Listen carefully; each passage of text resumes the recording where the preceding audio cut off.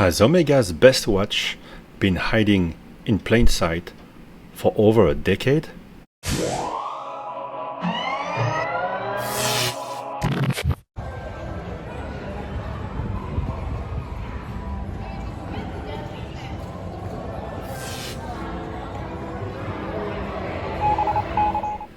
Bonjour mes amis, hi guys, isn't this absolutely gorgeous?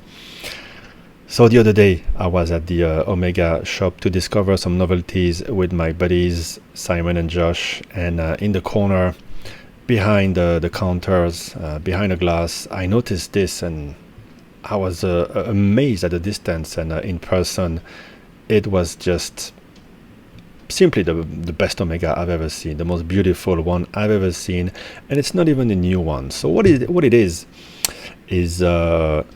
museum collection number 8, called dubbed the Racend Timer. So the museum collection is a collection whereby Omega picks a watch from their illustrious history, at least 50 years old, and reissues it with their modern manufacturing quality and techniques. So you get a very usable watch, but with all the flair of the 40s and the 50s.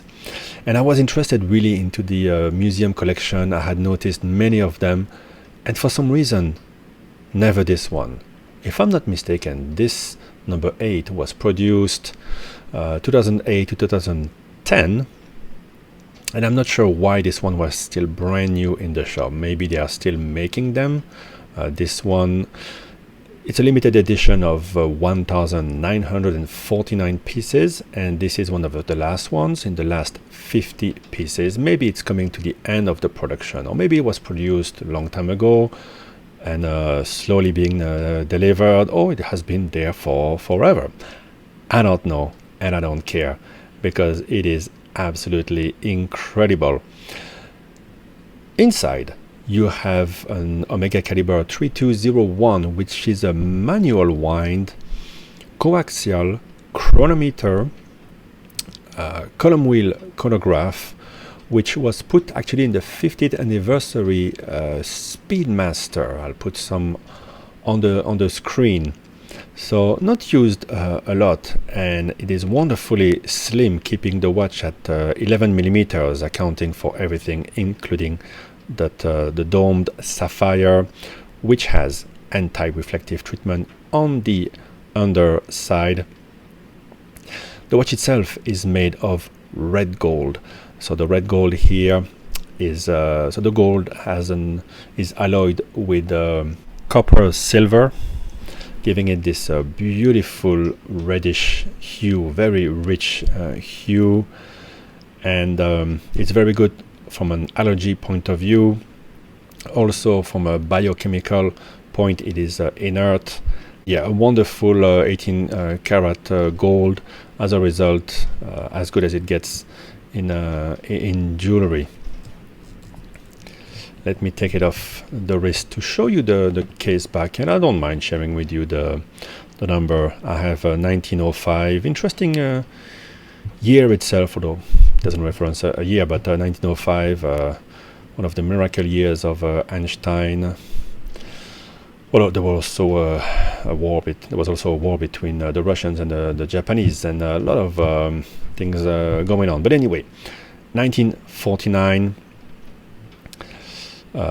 pieces. This is 1905 Omega Museum, dubbed the Racend Timer. So the Racend Timer is, as you know, Omega has been partnering with the Olympics as the timekeeper, always pushing the boundaries of chronometry.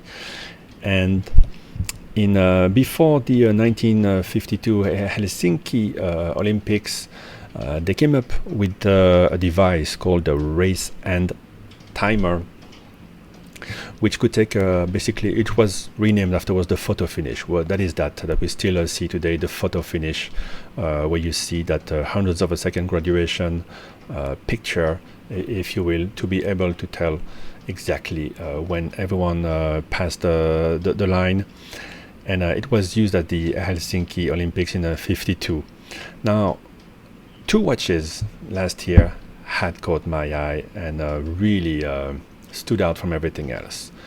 The first one was a vintage chronograph from Omega in mint condition, full provenance, 1951, but with a much more simple dial than this.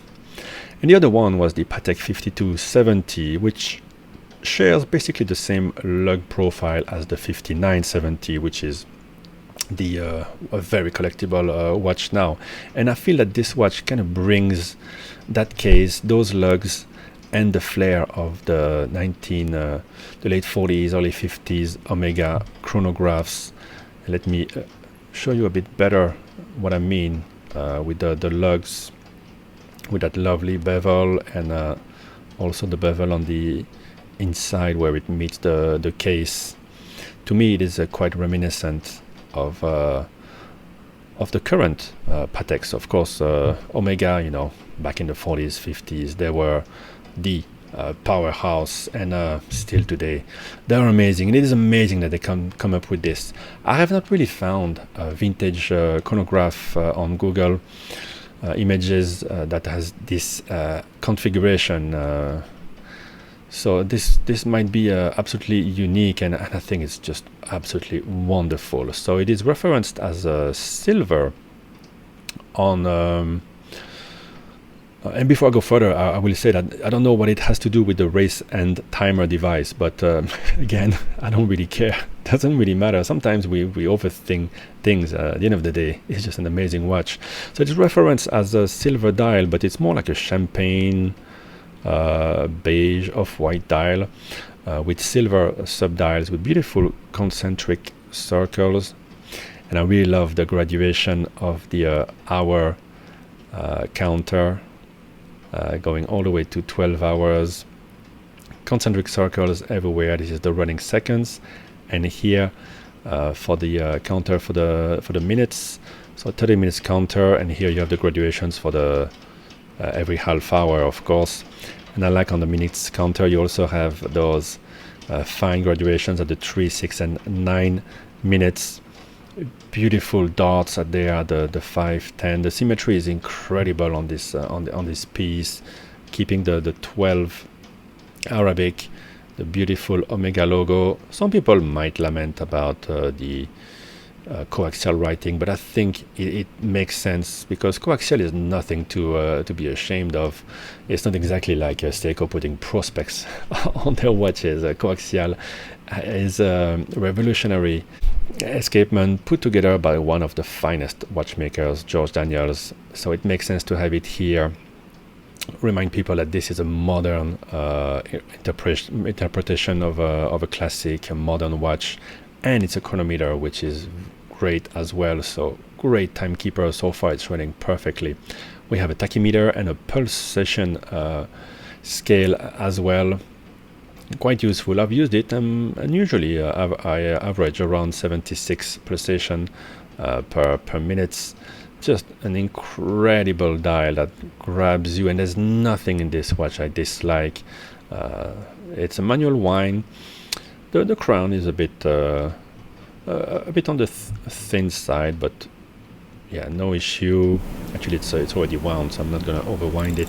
Let me just show you the chronograph.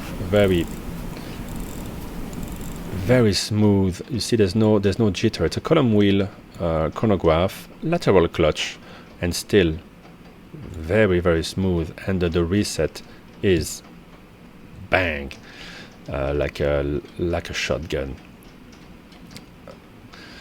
I don't want to make this video too long, because I know I'm gonna say so many times gorgeous, amazing, beautiful, but really this is a watch that has made me reconsider everything I knew about the brand, everything I thought I wanted in my collection, within the brand, within the other brands.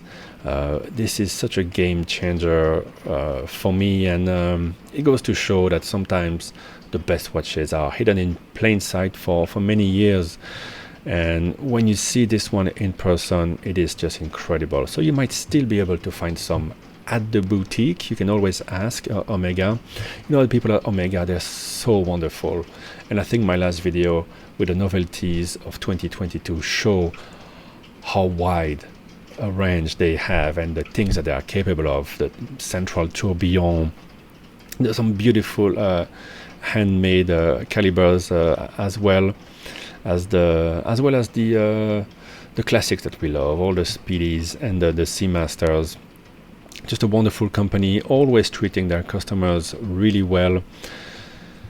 So again, thank you to Amanda over there at the shop in Central for taking the time to show us the watches, and I was very happy to be able to purchase this watch from her. These float around on the market. You can find them from collectors, all of the museum models. There's always a couple on Chrono 24. At the moment, you can have them for a bargain price. And I would not hesitate, because I hope that this video has shown you that this thing is an absolute monster. If you've been wanting to have a classic dress watch, if you love the Omega vintage look, but you want a modern build, this is one of the very best acquisition you can make, and they don't make that many of them. You don't find them so often because the collectors love them. And if you find that some dress watches, maybe a Patek Calatrava, which is a wonderful acquisition as well, is a bit too fragile, I think you will feel that this watch has a lot of feels solid, a lot of gravitas, and also a great alternative to something like a longer chronograph, which is such a much higher price of entry. To me, this is so beautiful on the wrist. 39 millimeters with those beautiful, very charismatic lugs. It is everything you could wish for from a dress watch that you can really use on an everyday basis. It has 30 meters of water resistance, so it's okay to be caught in the rain. I wouldn't go to the beach with it though. Let me know what you think about the Omega Museum Collection number 8 Racend Timer in the comments. Whew. I know I've been buying a lot of watches, but as you know, as I've been telling you, watches come to you sometimes, and you have to be ready to receive, to welcome them in the collection. So if you're in Hong Kong and you see a few things for sale, this is the reason why I need to make some room in the collection, refill the bank account, because there was no way I was leaving the Omega boutique without my beautiful museum Racend Timer. Thank you for watching, guys. Bye bye.